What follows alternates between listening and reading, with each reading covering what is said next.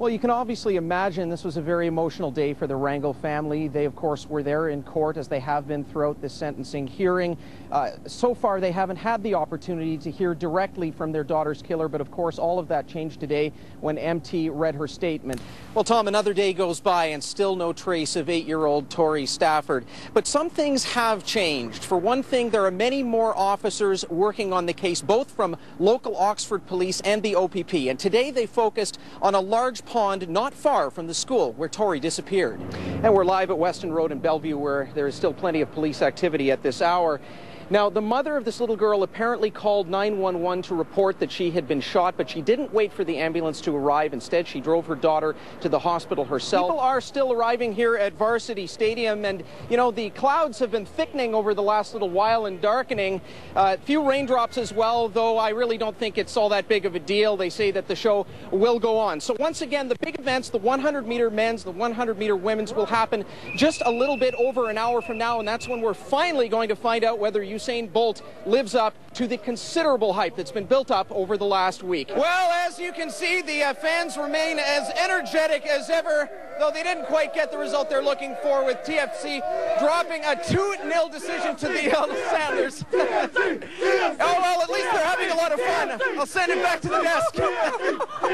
Okay, this is very, very exciting stuff here. Look at this. I have actually managed to reel something in, and Ashley is here. Okay, let's take a look here, Ashley. Let's take a look at this. So what do we have here? See, on this one we just have a blank, so... It's blank? It's blank, not a winner. So this is like the equivalent of catching a minnow or something like that. So really... Nothing. It's like Tim Hortons. Please play again.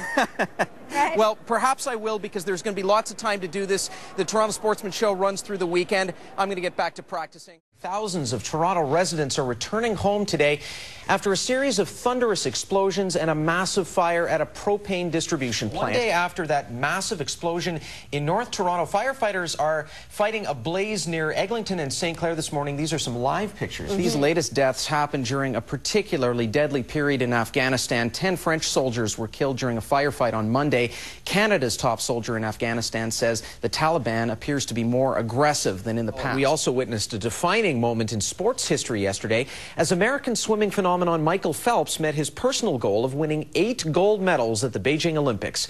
Phelps was in the pool for one final event yesterday as a member of the men's 4x100-meter medley relay. Out kayaking, managed to get inside just in time for it to hit. We thought it would be isolated and quick. It rained for 14 straight hours. I don't doubt it. Through a bad breakup, dealing with a nightmare boss. Well, in San Diego, there's a new place you can release your rage without scaring the neighbors. No doubt Mandarin is a tough language to learn, but if you want to do business here, having at least a working knowledge is essential. Up here you have a clear view of what's nicknamed Hokkaido's Mount Fuji, but aside from the spectacular scenery, this part of Japan has the one key ingredient few ski resorts can boast. We're in the heart of the Great Barrier Reef, off the coast of northeastern Australia, and even on a rocky day like today, you can still have a clear view of the coral reefs and the marine life that lives here. We begin by pitching small cardboard discs. Then the motion. It's all in the hips. Is that right? Okay. Finally, the delivery with a specially painted ball, the Gyromaster.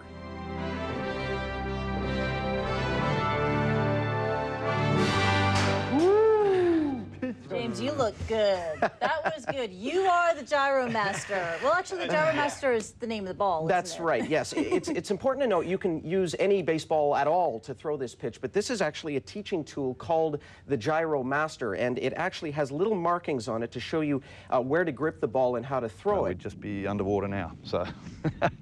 Ross Thompson remembers when this dried-up dam was almost overflowing, but lately he's seen barely a trickle, leaving this Australian farmer with a constant question. Will this be the rain day he so badly needs? Well, my wife thinks I'm going mad because I check the radar every 3 or 4 hours. I'm checking the updated weather forecast every 3 or 4 hours.